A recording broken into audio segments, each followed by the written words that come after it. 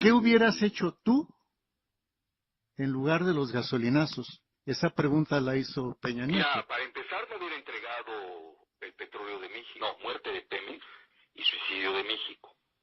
Y de ahí derivó la reforma energética con el Pacto por México de tres partidos hipócritas, que hoy se están rasgando las vestiduras como siempre. El PRI, el PAN y el PRD, que literalmente entregaron nuestra riqueza nacional.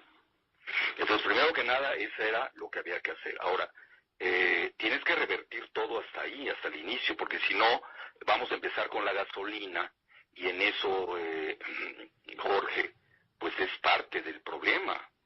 ¿Y qué hacemos con el petróleo que no tenemos? ¿Qué vas a refinar? Entonces, la segunda, Fox, que es otro hipócrita, igual que Calderón, otro hipócrita. Acuérdate que ellos promovieron, sobre todo Fox, el plan Puebla-Panamá, que resultó un fracaso, que tenía contempladas 5 refinerías en Centroamérica, no en México. Bueno, luego llegaron Calderón y Peña y prometieron hacer la refinería en Tula, que no se hizo. Ahí dejaron una barda que costó un dineral. Los terrenos que fueron quitados también costó otro dineral, y ya no hubo refinería. Bueno, ¿cuál es la razón? Tenemos que hacer un diagnóstico. La razón se llama integración energética de Norteamérica. Lo hacen dos firmas, uno que fue el exdirector de la CIA, que se llama Petraeus, un general, y Robert Zoellick.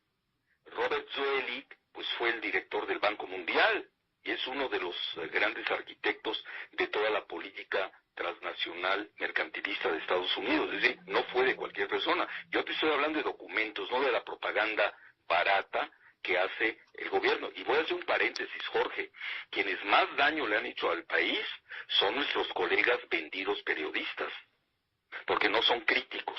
Si en ese momento, hoy por ejemplo estoy viendo que algunos de ellos ya se están arrepintiendo y están criticando al gobierno, será porque ya no les pagan. Pero son unos vendidos, le ha hecho mucho daño a México. Hoy los verdaderos dueños de México son los Rothschild y George Soros.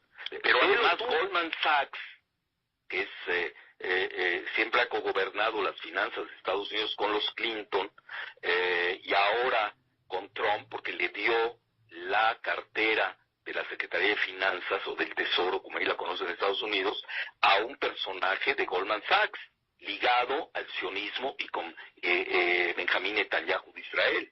Es decir, en Estados Unidos va a haber un cogobierno de Trump con el sionismo israelí de Netanyahu y los casinos de Las Vegas con Adelson, A-D-L-S-O-N. Bueno, entonces, ¿a qué quiero llegar?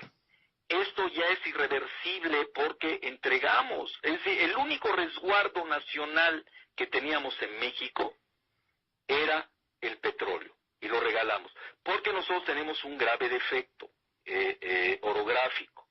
El gas lo importamos del norte, y en el sur, desde los genios de López de Portillo hasta la fecha, y todos los pésimos directores gangsteriles que hemos tenido en Pemex, que muchos de ellos están cobrando en la Comisión Nacional de Hidrocarburos, que no sirve para nada,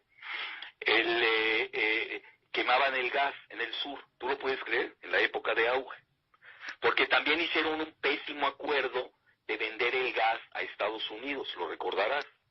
Sí. Cuando hubo el acuerdo entre Schlesinger y López Portillo con Canadá, cuando Canadá le vendió un gas más barato a Estados Unidos que el de México, y nos dejaron con los gasoductos construidos, que además fue un crédito de un banco estadounidense. Es decir, nos han agarrado, han hecho lo que se les da la gana los Estados Unidos con nosotros. Bueno, cuando tú tienes esos antecedentes, tienes que ser más cuidadoso.